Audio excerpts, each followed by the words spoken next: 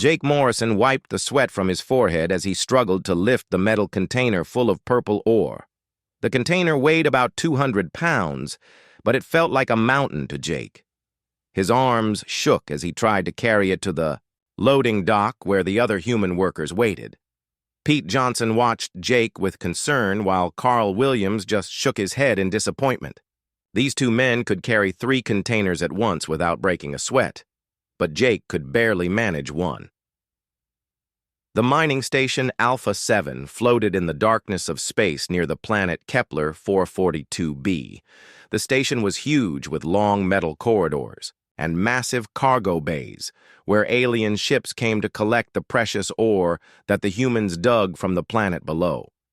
The station hummed with activity day and night as hundreds of workers moved through its halls. Most of these workers were human, but they all served under the watchful eyes of their alien masters. The Vorthak were giants among the stars. Each one stood nearly 8 feet tall with thick gray skin and muscles that could crush steel. Their yellow eyes held no kindness, and their voices boomed like thunder when they spoke. Commander Zethkar was the worst of them all. He ruled the mining station with an iron fist and made sure every human knew their place at the bottom of the ladder. Jake finally reached the loading dock and set down his container with a loud clang. His supervisor, Griznok, turned toward him with those terrible yellow eyes. The alien towered over Jake like a mountain over an ant. Griznok wore the black uniform of the Vorthak military with silver badges that showed his rank. His massive hands could break Jake in half without effort. "You are late again, weak human," Griznok said in his deep voice that made the floor vibrate. "The other humans finished their work 10 minutes ago while you struggle like a dying insect." Jake looked down at his feet and said nothing. He had learned long ago that talking back to the Vorthak only made things worse.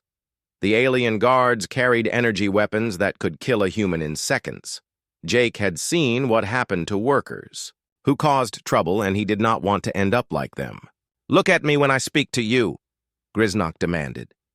Jake raised his head to meet those burning yellow eyes. Fear crawled up his spine like a cold snake. Griznok smiled, and Jake could see his sharp teeth that looked like they could bite through metal. "You are the weakest human on this station," the alien continued. "Your species is already pathetic, but you make them look strong in comparison. Perhaps we should feed you to the plasma furnaces and find a replacement who can actually do the work." Bill Cooper stepped forward from the group of human workers. Bill was older than Jake, with gray hair and scars on his hands from years of mining work. He had been on the station longer than anyone and commanded respect from both humans and aliens alike. "Sir, Jake works hard," Bill said carefully. "He just needs more time to get stronger." Griznok turned his attention to Bill with amusement in his eyes. "You think this pathetic creature can become strong? Watch this." The alien walked over to a pile of metal scraps near the loading dock. He reached down and picked up a chunk of twisted steel that must have weighed at least 2 tons. Griznok lifted it above his head with one hand as if it weighed nothing at all. The muscles in his arm did not even strain. Then he threw the metal across the cargo bay where it crashed into the far wall with a sound like thunder. "That is strength," Griznok said. "Your species will never possess such power. You exist only to serve us and dig in the dirt like the insects you are." The alien guards laughed at this display. Their laughter echoed through the cargo bay like the howling of wolves. Jake felt his cheeks burn with shame, but he kept his mouth shut. He had heard this speech many times before. Danny Hart stood next to Jake in the group of workers. Danny was Jake's bunkmate and closest friend on the station. He was small like Jake, but had a quick mind and steady hands that made him good at repairing equipment. Danny looked at Jake with sympathy, but said nothing. Speaking up would only make Griznok angrier. "Back to work, all of you," Griznok commanded. "The next shipment of ore must be ready in 2 hours. If anyone falls behind, they will spend the night in the punishment cells." The human workers scattered to their various tasks. Jake walked slowly back toward the mining tunnels that led down to the planet's surface. His whole body ached from the day's work, but he knew it was far from over. The Vorthak demanded 18 hours of labor every day, with only short breaks for food and rest. As Jake entered the tunnel, he thought about his life before the aliens came. He remembered green fields and blue skies from his childhood on Earth. He remembered his mother's smile and his father's strong hands teaching him to fix machines in their garage. Those memories seemed like dreams now. The gray walls of the mining station were all he had known for the past 3 years. That night, Jake lay on his narrow bunk in the human quarters. The room was cramped with dozens of beds lined up in rows. The air smelled of sweat and machinery oil. Danny Hart sat on the edge of his own bunk nearby, cleaning his tools. "Don't listen to what that alien said," Danny whispered so the guards would not hear. "You're stronger than you know." Jake stared at the ceiling and wondered if Danny was right. He felt weak and small compared to everyone around him. Even the other humans seemed stronger and more capable. But somewhere deep inside, Jake felt something, stirring. It was like a voice calling to him from far away. He did not understand what it meant, but he knew his life was about to change in ways he could never imagine. The mining drill screamed as it bit into the rock deep beneath the surface of Kepler 442b. Jake held the heavy machine steady while Pete Johnson worked the controls. The tunnel they were digging stretched far into the darkness ahead of them. Lights mounted on their helmets cut through the black air, but showed only more rock and stone. "This section is harder than usual," Pete said over the noise of the drill. "The rock scanner shows something different up ahead." Jake nodded and wiped dust from his face mask. They had been drilling for 6 hours straight, and his arms burned with exhaustion. The drill weighed almost as much as Jake did, and controlling it took every bit of strength he had. Carl Williams and Rick Nelson worked behind them, clearing away the broken rock and loading it into transport carts. The drill suddenly lurched forward as it broke through into empty space. Pete shut off the machine, and they all stood in sudden silence. Cool air flowed out of the hole they had made, carrying a strange smell like flowers and electricity. Jake felt something odd happen to his skin, like tiny needles of warmth dancing across his arms. "What the hell is that?" Rick asked, shining his helmet light into the opening. Pete pulled out his scanner and held it near the hole. The device beeped rapidly as numbers flashed across its small screen. "I'm reading a large open space beyond this wall. The air is clean, and there's some kind of energy signature I've never seen before." Carl grabbed his radio and called back to the surface. "Control, this is Mining Team 7. We've broken into some kind of cave system. Requesting instructions." The radio crackled with static before Griznok's voice came through. "Expand the opening and investigate. If you find anything valuable, report immediately." The 4 humans worked together to widen the hole until it was large enough for a person to crawl through.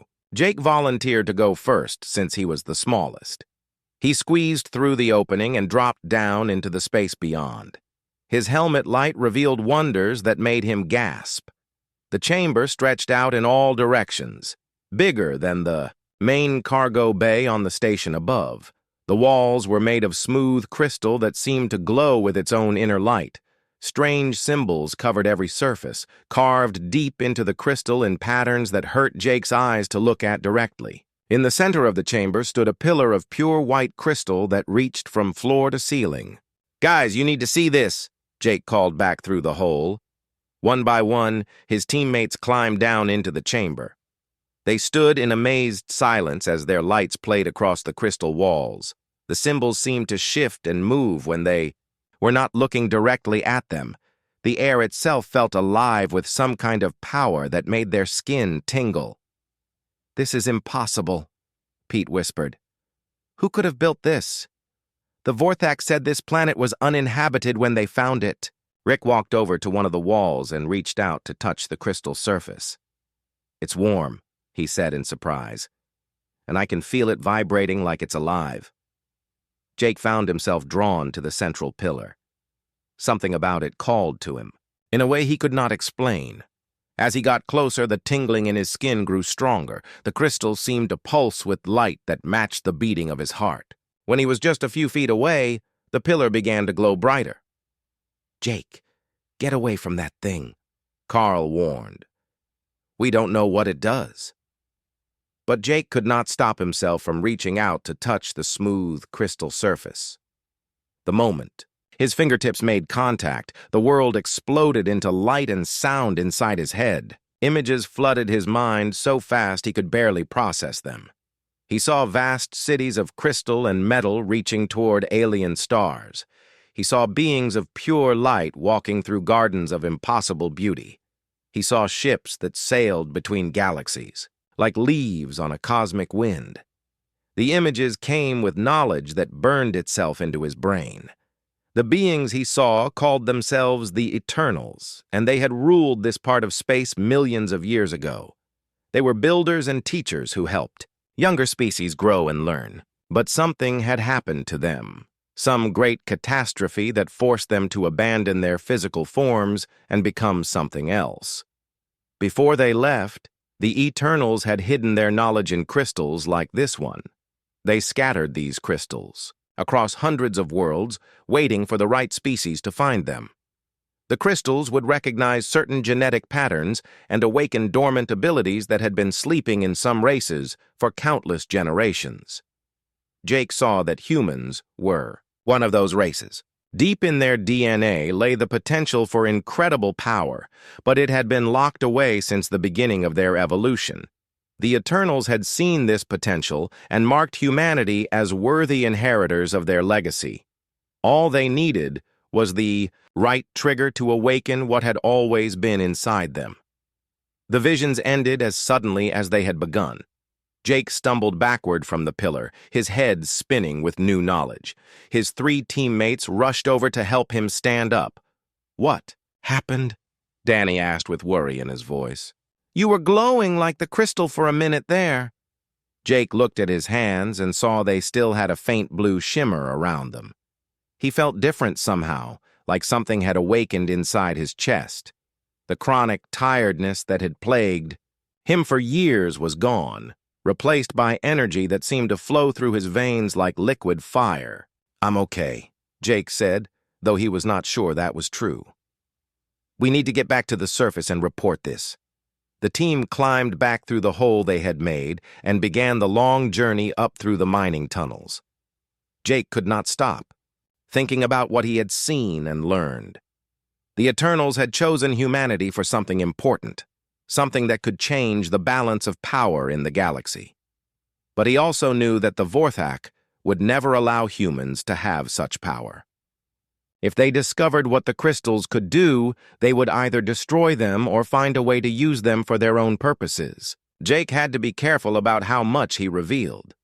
When they reached the surface, Griznok was waiting for them in the main control room. The alien's yellow eyes gleamed with interest as he listened to their report. Jake let Pete do most of the talking, describing the chamber but leaving out the details about the visions and the knowledge he had gained. "Crystals, you say?" Griznok mused. "This could be valuable. I will send a science team to investigate tomorrow. Until then, that tunnel is off limits to all mining crews." That night, Jake lay in his bunk, staring at the ceiling as his fellow workers slept around him. He could feel the crystal's influence still working inside him, changing him in ways he was only beginning to understand. His muscles felt stronger and his mind seemed sharper. Even his eyesight had improved, allowing him to see clearly in the dim light of the sleeping quarters. He thought about the Eternals and their gift to humanity. They had seen potential in his species that even humans themselves did not know existed. The power was there, waiting to be unlocked. But it would take time and careful planning to use it without alerting the Vorthak to what was happening. Jake closed his eyes and felt the crystal's energy flowing through him like a river of light. Tomorrow would bring new challenges and new discoveries. He did not know what the future held, but for the first time in years, he felt hope growing in his chest like a small flame that could not be extinguished. Jake woke up feeling different. The usual ache in his back was gone, and his muscles felt loose and ready for work instead of stiff and sore.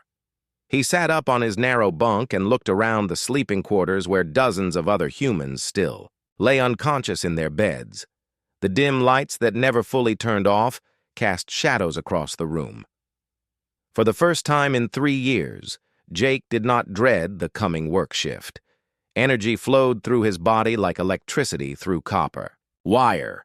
He flexed his hands and was surprised to see them steady and strong instead of shaking with exhaustion. Something fundamental had changed inside him during his encounter with the crystal pillar.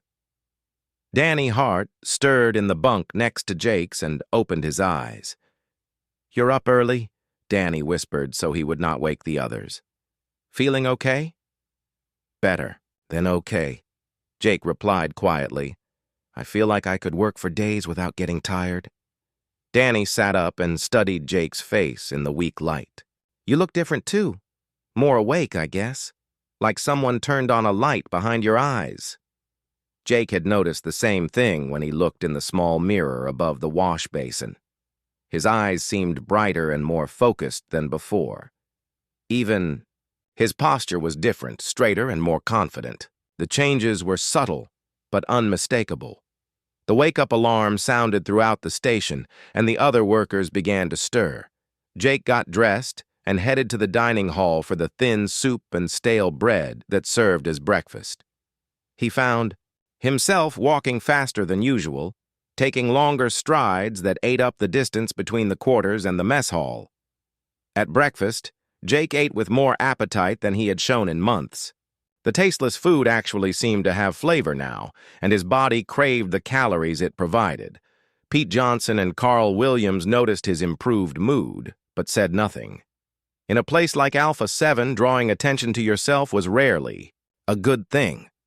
After the meal, the mining crews gathered in the main assembly hall for their daily work assignments.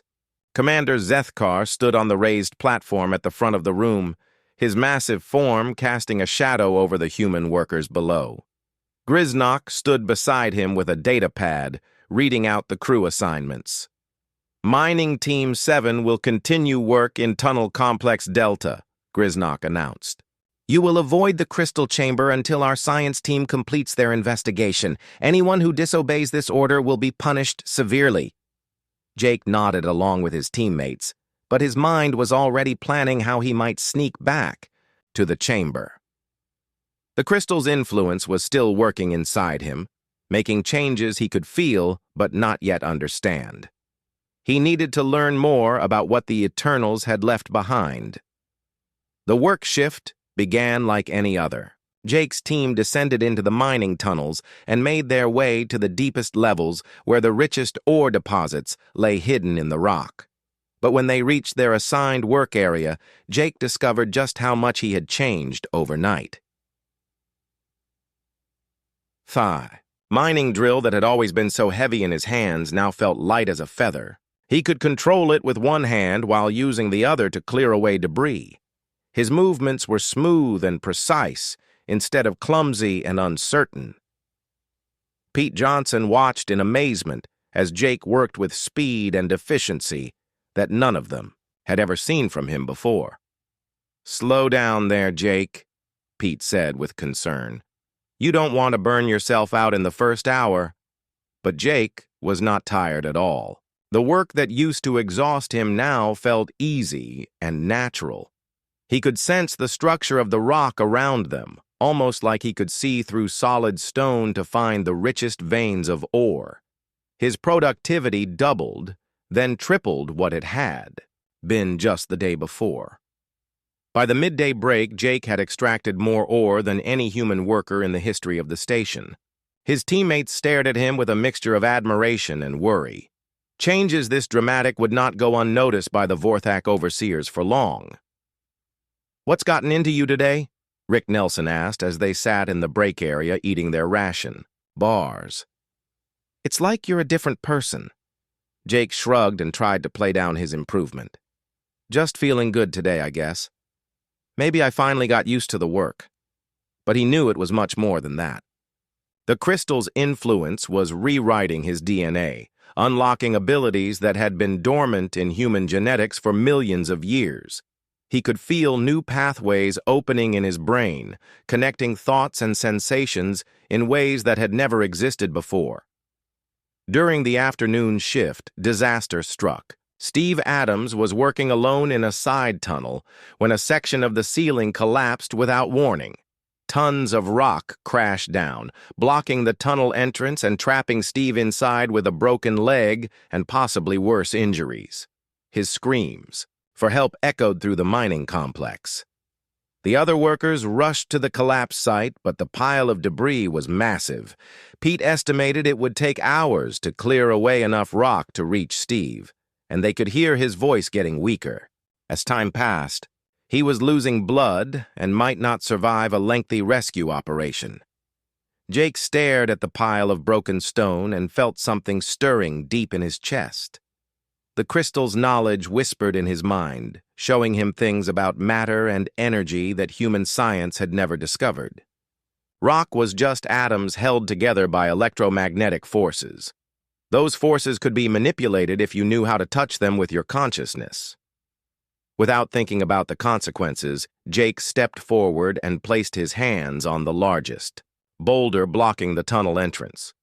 The rock was easily 5 feet across and must have weighed several tons. Under normal circumstances, it would take heavy machinery or explosives to move it.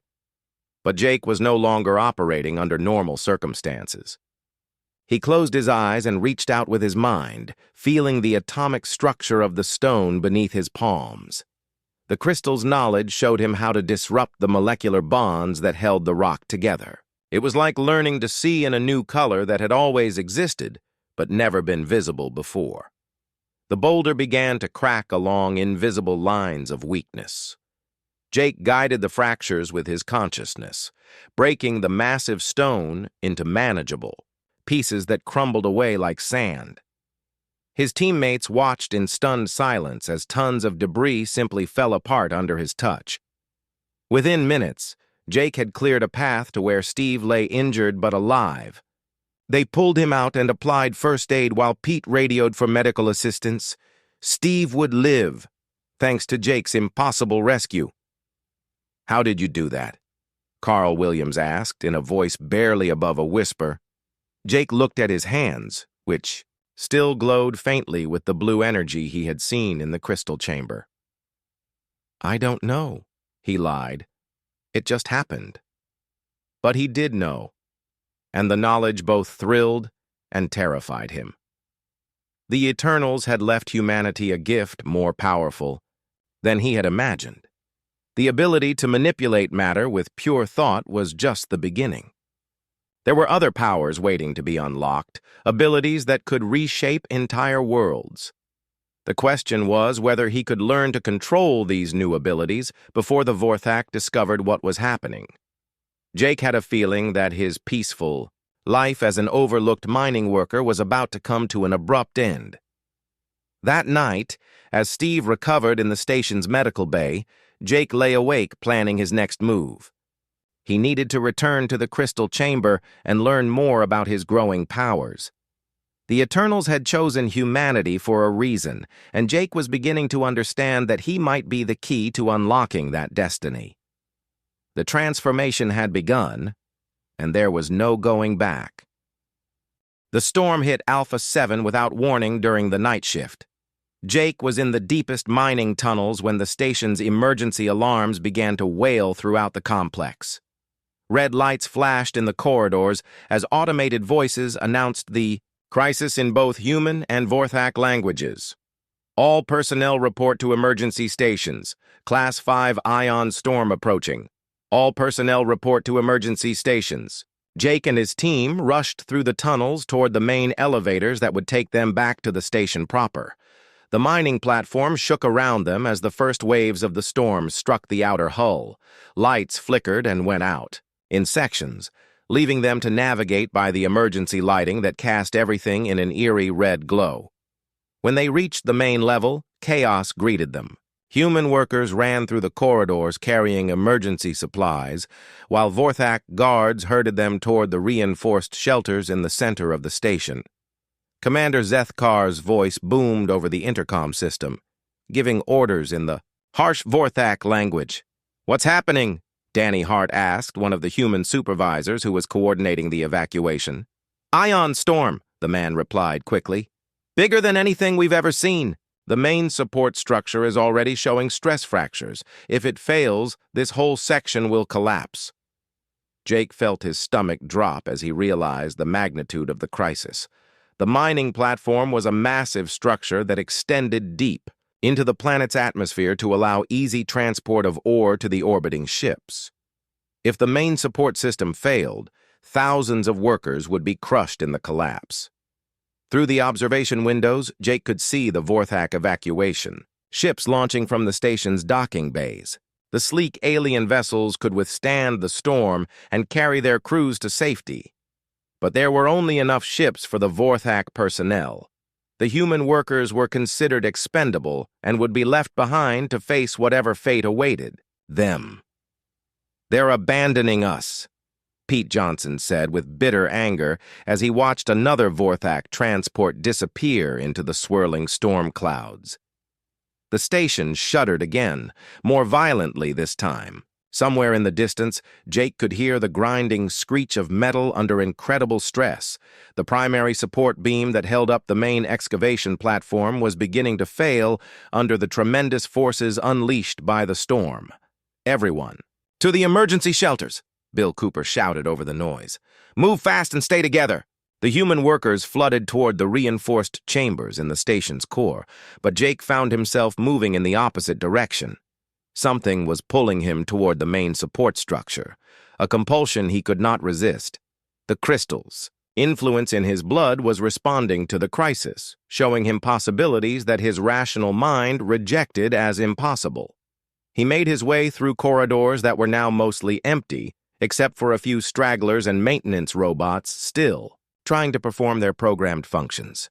The sound of tortured metal grew louder as he approached the central column that supported the entire mining platform. When Jake reached the main support chamber, he gasped at what he saw. The massive beam that ran from the station down to the planet's surface was bending under the storm's pressure. Stress fractures spread across its surface like spider webs, and with each gust of wind, more cracks appeared. It would not hold much longer. The chamber itself was enormous, easily 300 feet across and stretching up into the darkness above. Emergency lights cast shifting shadows on the walls as the station continued to shake. Jake could hear voices echoing from the emergency shelters where hundreds of human workers waited for death or salvation. He walked to the base of the support column and placed his hands against the cold metal surface. The beam was made of reinforced durasteel, one of the strongest materials known to galactic civilization. Under normal circumstances, it could support the weight of a small moon, but these were not normal circumstances, and even durasteel had its limits. Jake closed his eyes and reached out with his enhanced senses, feeling the atomic structure of the metal beneath his palms. The crystal's knowledge flowed through his mind, showing him how matter was just energy organized in specific patterns.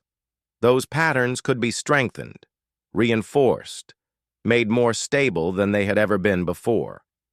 The first surge of power that flowed from Jake's hands into the support beam was barely perceptible. The metal grew slightly warmer under his touch, and the stress fractures stopped spreading for a moment. But it was not enough. The storm was too powerful, and the damage too extensive for such a gentle approach. Jake drew deeper on the abilities the Eternals had awakened in him. Energy poured from his body into the failing structure, not just repairing the damage, but improving the metal's fundamental properties. The durasteel became stronger than it had ever been designed to be, its molecular bonds reinforced by forces that human engineering could not duplicate. The glow that surrounded Jake's hands spread along the surface of the support column like liquid light. Where the energy touched, the metal became perfect again, free of flaws and stronger than ever. But maintaining such a massive alteration required every bit of concentration and power Jake possessed. Hours passed, though Jake had no sense of time. The storm raged outside while he held the station together through sheer force of will. His enhanced abilities allowed him to sense every stress point in the structure, every place where the metal threatened to give way under the incredible forces acting upon it. Sweat poured down his face despite the cool air in the chamber. His muscles ached from standing in the same position for so long, but he dared not move or relax his concentration. Hundreds of lives depended on his ability to maintain the integrity of the support system until the storm passed. Other humans had found their way to the chamber despite the evacuation orders. They stood in amazed silence as they watched Jake single-handedly prevent the collapse of their entire world. The blue energy that flowed from his hands into the metal was beautiful and terrifying at the same time. "Is he really doing what I think he's doing?" Lisa Carter whispered to Ben Parker as they watched from the chamber entrance. "He's holding up the whole damn station," Ben replied in awe. "I don't know how, but he's actually doing it." Word spread through the emergency shelters that something impossible was happening in the support chamber. Despite the orders to remain in the reinforced areas, more and more humans made their way to see the miracle with their own eyes. They saw their weakest member performing a feat that should have been beyond the capabilities of any living being. The storm began to weaken as the planet's rotation carried the station out of the worst of the ion disturbance. Jake could feel the pressure on the support structure decreasing, but he maintained his hold on the metal until he was absolutely certain the danger had passed. When the emergency alarms finally stopped wailing and the red lights returned to normal, Jake slowly released his grip on the support column. The metal still glowed faintly with residual energy, and he could see that it was now stronger than it had ever been. The storm that should have killed them all had instead given him the opportunity to reveal his growing powers. Jake turned to face the crowd of human workers who had gathered to witness his feat. Their faces showed a mixture of wonder, fear, and hope that he had never seen before. In their eyes, he was no longer the weak failure who could barely carry a load of ore. He was something new, something that might change their fate. "How?" was all that Amy Johnson could manage to say. Jake looked at his hands, which still flickered with traces of the blue energy. "I don't know," he said, though that was not entirely true. "It just happened." But even as he spoke, Jake could feel more changes taking place inside him. The effort of saving the station had pushed his abilities to a new level, unlocking powers that went far beyond simple matter manipulation. The Eternals had given humanity a gift that was only beginning to reveal its true scope. In the distance, Jake could see Vorthak ships returning to the station now that the danger had passed. Commander Zethkar and his officers would want explanations for how the support structure had survived a storm that should have destroyed it completely. Jake realized that his quiet life as an overlooked mining worker was truly over. The galaxy was about to learn that humanity was far more than anyone had suspected. The transport ship that carried Jake to Vorth Prime was unlike anything he had ever seen before. The vessel was massive, easily a mile long, with smooth black hull that seemed to absorb light rather than reflect it. Inside, the corridors were wide enough for 10 Vorthak warriors to walk side by side, with ceilings that disappeared into shadows high above. Jake sat in a small detention cell near the ship's center, his hands bound with energy restraints that glowed with the same blue light he had seen in his own abilities. 2 Vorthak guards stood outside his cell, their yellow eyes never leaving him for a moment. They had not spoken to him since he was brought aboard 3 days ago. Roy Chen sat in the cell across from Jake, his face pale with fear. Roy had been Jake's friend since childhood, back when they both lived on Earth before the Vorthak conquest. The aliens had brought him along as a witness to verify the reports of Jake's impossible feat at the mining station. "I still can't believe what I saw," Roy whispered when the guards moved far enough away that they might not hear. "You actually held up that entire structure with your bare hands." Jake nodded but said nothing. He was trying to understand the new sensations flowing through his body. Even with the energy restraints limiting his movements, he could feel power building inside him like water behind a dam. The crystal's influence was still growing, awakening abilities that seemed to have no limits.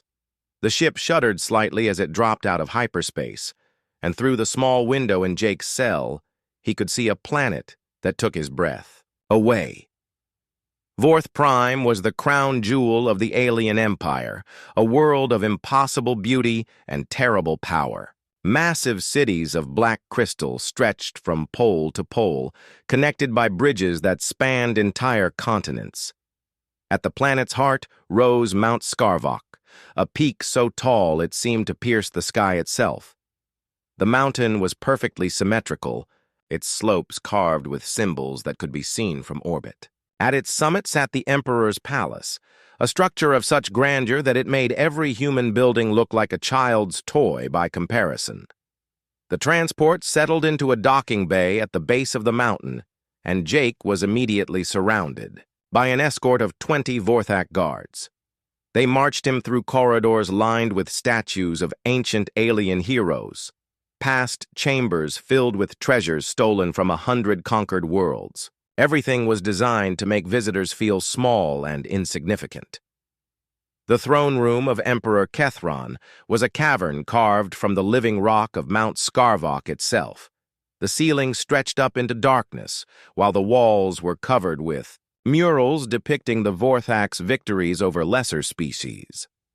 At the far end of the chamber, on a throne made from a single massive crystal, sat the most terrifying being Jake had ever seen. Emperor Kethron was even larger than the other Vorthak, standing nearly 10 feet tall with muscles that seemed carved from granite. His yellow eyes burned with an intelligence that was ancient and cruel. Golden armor covered his chest and arms, each piece inscribed with symbols of power and conquest. When he spoke, his voice filled the entire chamber like rolling thunder.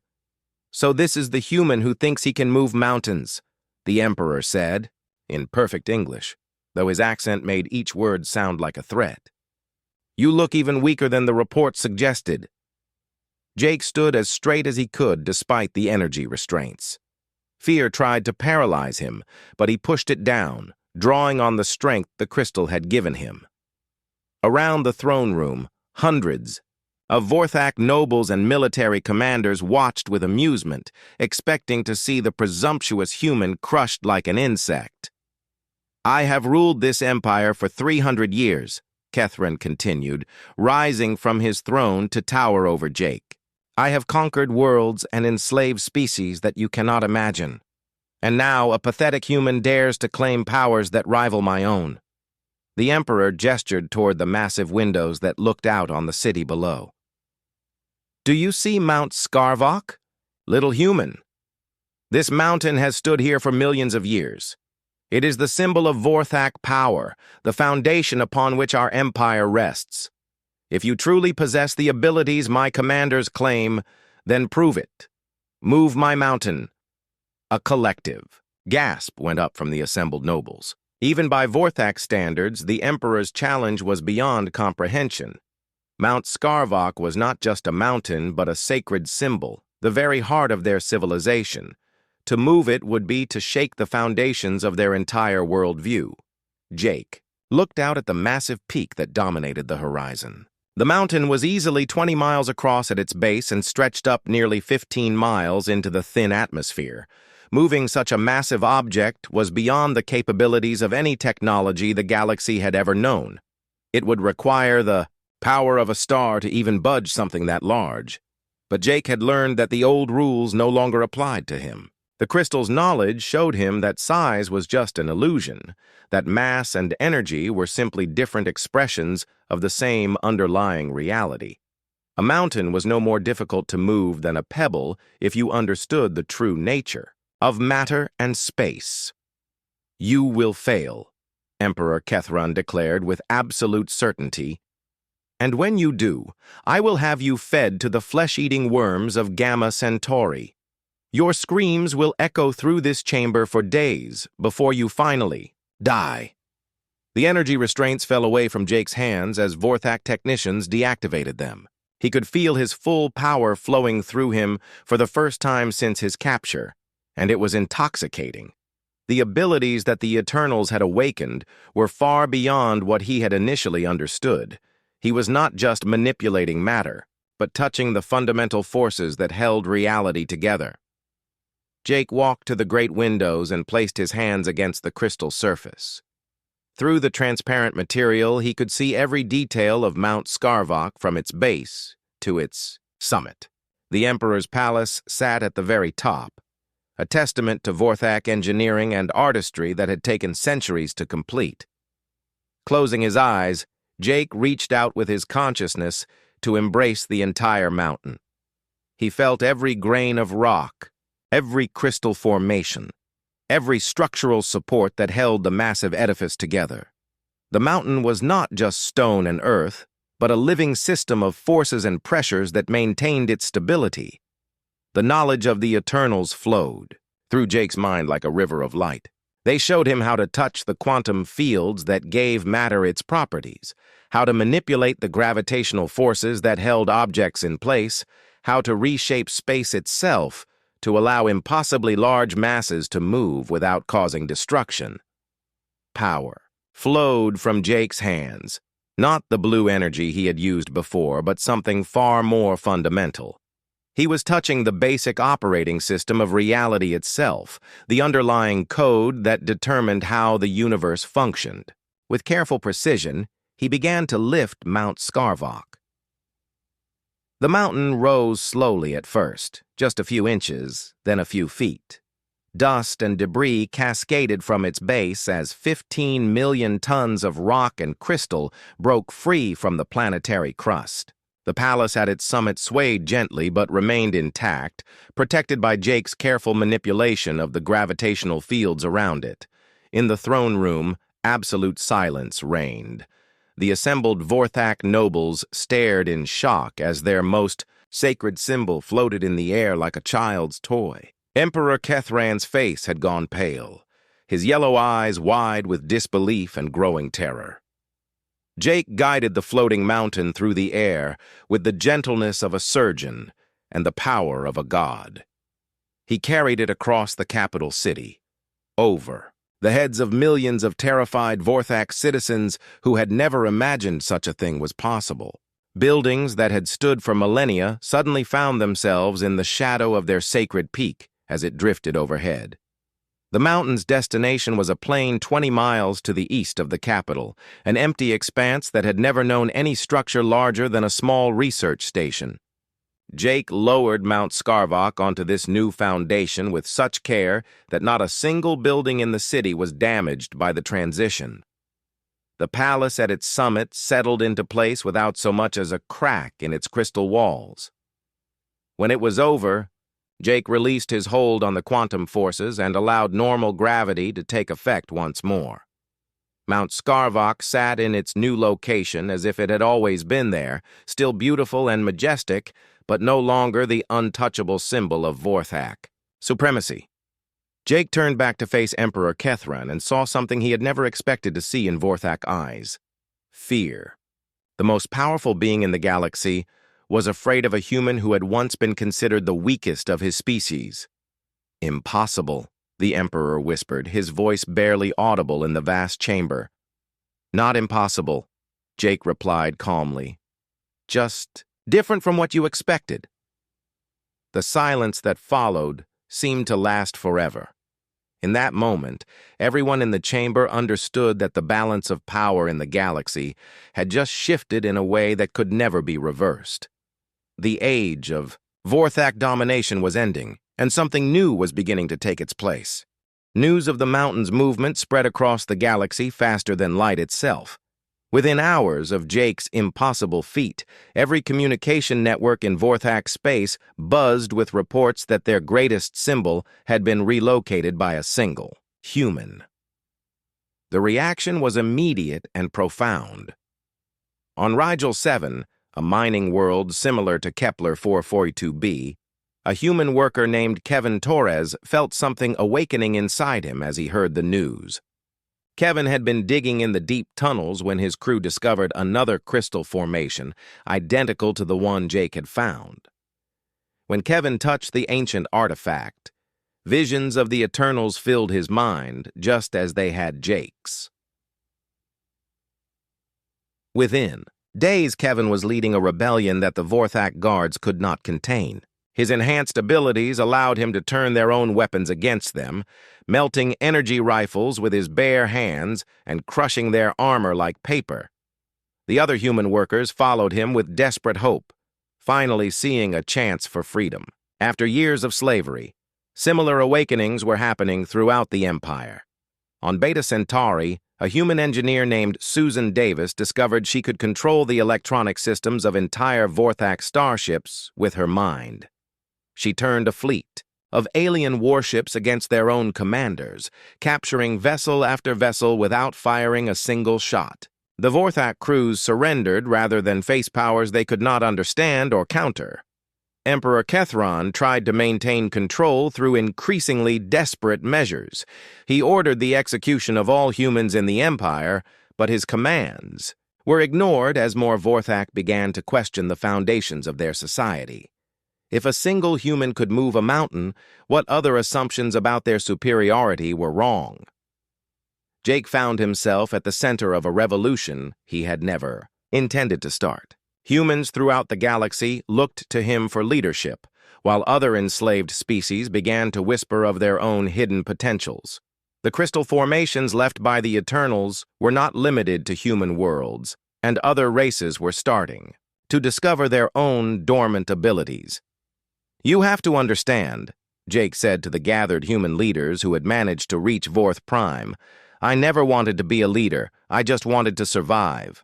The meeting was taking place in a commandeered Vorthak government building, its black crystal walls now decorated with flags from a dozen liberated worlds. Representatives from across the galaxy had come to hear Jake's vision for the future, but he struggled to articulate something he was still discovering himself. "Leadership isn't always a choice," replied Captain Susan Davis, her uniform still bearing the marks of recent battles. "Sometimes it's thrust upon you by circumstances. The question is what you do with it." Kevin Torres nodded in agreement from across the table. "The other species are watching us, Jake. They want to know if humans will become the new oppressors or if we'll offer them something different." Jake looked around the room at faces that had been transformed by the same power that flowed through him. These people had been miners, engineers, maintenance workers, and clerks just weeks ago. Now they commanded starships and liberated worlds, their abilities growing stronger every day as they learned to access their eternal heritage. "The Vorthak ruled through fear," Jake said finally. "They made everyone believe that strength came from the ability to dominate others. But the Eternals taught me something different. Real strength comes from lifting others up, not pushing them down." The room fell silent as Jake's words sank in. Outside the windows, they could see Mount Scarvok in its new location, a constant reminder of how much their world had changed. The mountain no longer symbolized unassailable power, but rather the possibility of transformation. "We could take control of the entire galaxy," Kevin pointed out.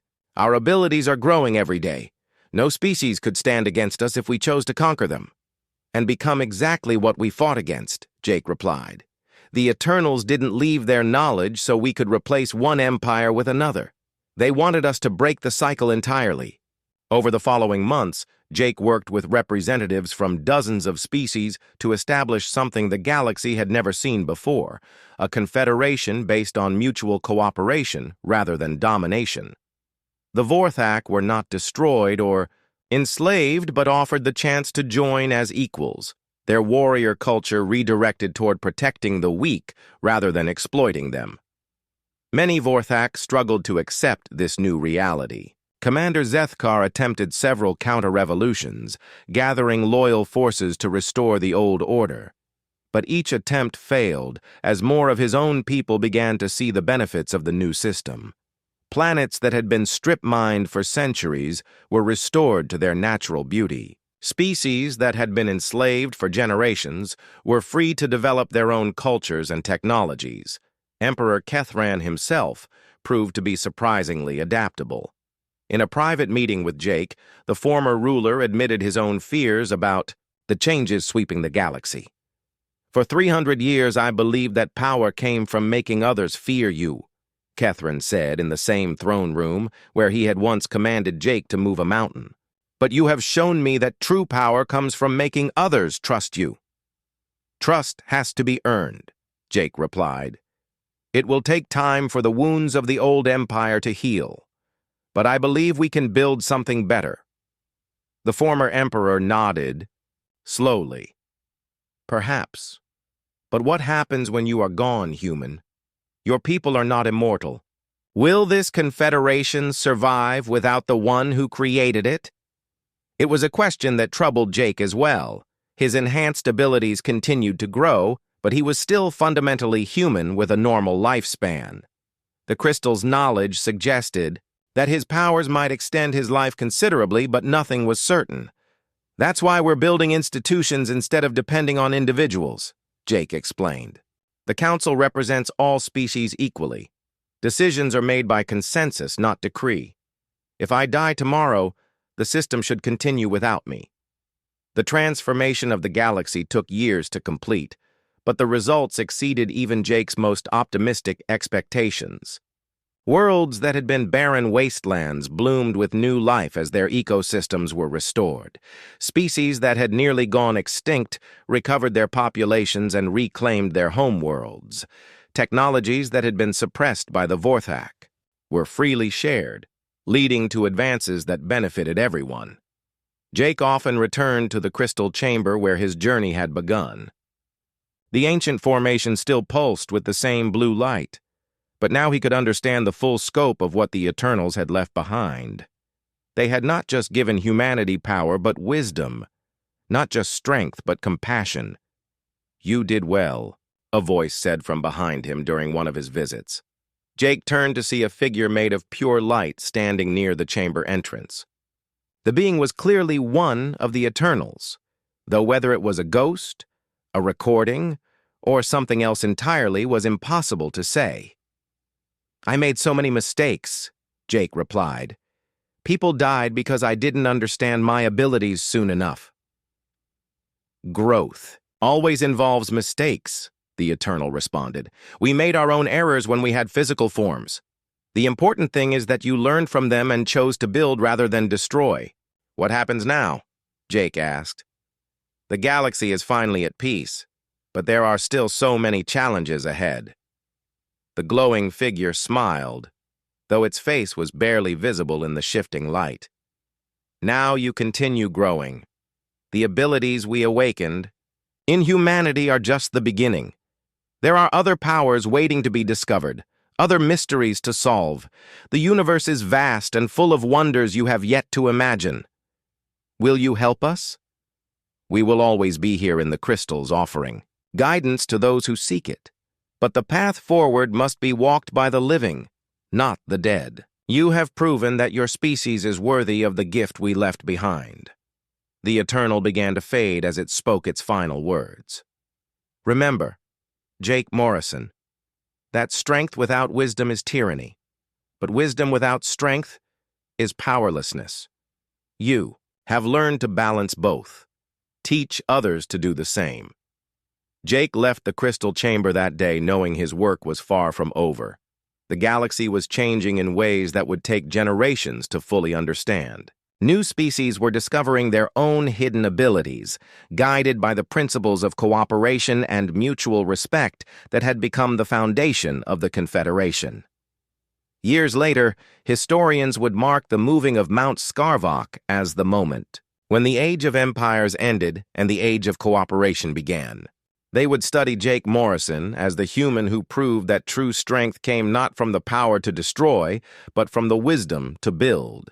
But Jake himself remained humble about his role in the transformation. When asked about his greatest accomplishment, he would often point to the liberated worlds where children of dozens of species played together in peace, their parents working side by side to build a better future for all. "I didn't move that mountain," Jake would tell anyone who would listen. "The mountain moved itself. I just showed it that moving was possible." The galaxy had called him weak until he picked up the mountain. Now they called him the Liberator. The bridge builder, the one who showed them all that strength and compassion could coexist. But in his own mind, Jake Morrison remained what he had always been, just a human being trying to do the right thing in a universe full of infinite possibilities.